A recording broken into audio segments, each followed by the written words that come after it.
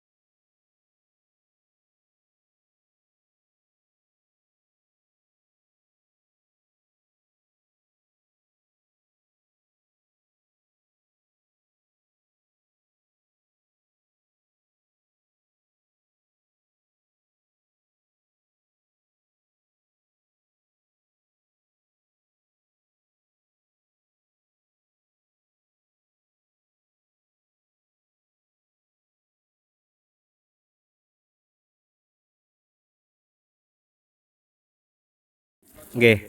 Naminipun Muh Karno, Muh Karno. Ibu putranipun Pak Jendu, Pak Jendu Lurah Ketoyan. Ketoyan yang dulu Pak Jokowi sempat KKN nggih. Kaki malam Iya. tayang lho Pak. Oh iya nggih. Dulu kalau Pak Jokowi dulu waktu KKN di Ketoyan seperti apa? Mungkin bisa diceritakan gambarannya. Ya beliau introvert Pak, introvert. Oh.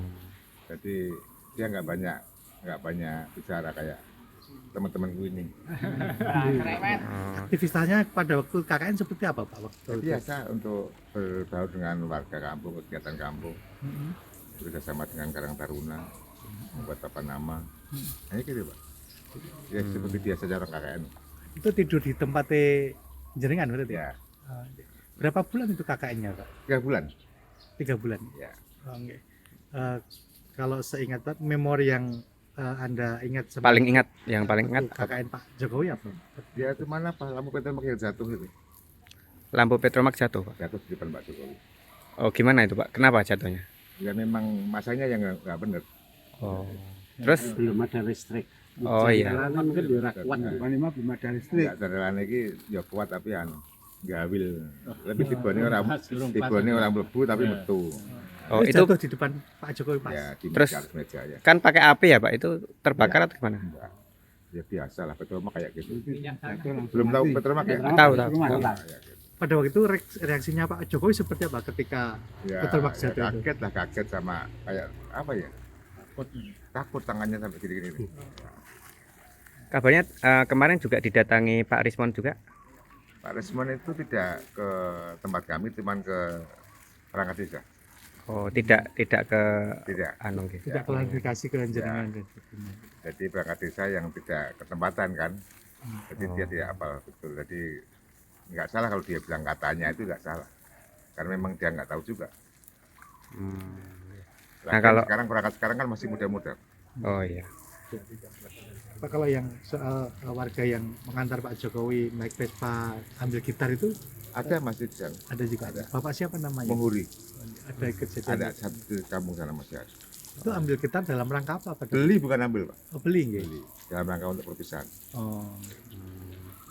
Nah, kalau menanggapi Pak Jokowi diberitakan apa KKN-nya itu fiktif, kemudian desanya baru ada sejak tahun 2000 begitu tanggapannya gimana, Pak? Itu pembenar ya Pak. Jadi bukan cari sebenarnya tapi dia mencari pembenaran saja. Jadi biasanya bukan cari data yang sebenarnya tapi pembenar untuk versi dia. Padahal desa itu sudah ada sejak lama ya, Pak. Zaman Belanda sudah ada. Pak. Bahkan zaman Belanda ya. Ya jadi bapak saya ada di kepala desa itu tahun 54. Itu menggantikan kakek saya. Berarti kan sebelum 54 sudah ada pemerintah. Itu batu itu KKN Pak Jokowi tahun berapa ya? 85 Pak. Nah, kalau di sini sama teman-teman ini apa, Pak? Dalam rangka apa? Dalam rangka biasa rutin gowes Pak. Goes. Nggak ada motif lain. Oh, terus mampir. Ya, gowes. Memang kita gowesnya luar kota. Oh, memang ini komunitas atau Komunitas. komunitas sepeda? Awas, ini tuh ada tulisannya awas ini. Waras Amarga Sepeda Santai. Oh iya. Ini kan Pak Jokowi lagi ulang tahun dan juga mungkin lagi kena alergi kulit. Mungkin ada doa untuk Pak Jokowi Pak. Ya kita dari rumah sudah teman-teman warga semua saya kira berdoa untuk mantan presiden kita ya. Betul. Jadi apapun permasalahan yang beliau alami kita tidak mau tahu. Yang penting itu warga kita, pemimpin kita wajib mikul dur mendem jeruk. Nah, gitu. Semoga lekas sehat di hari ulang tahunnya. 20 seperti setiap. Oke, siap.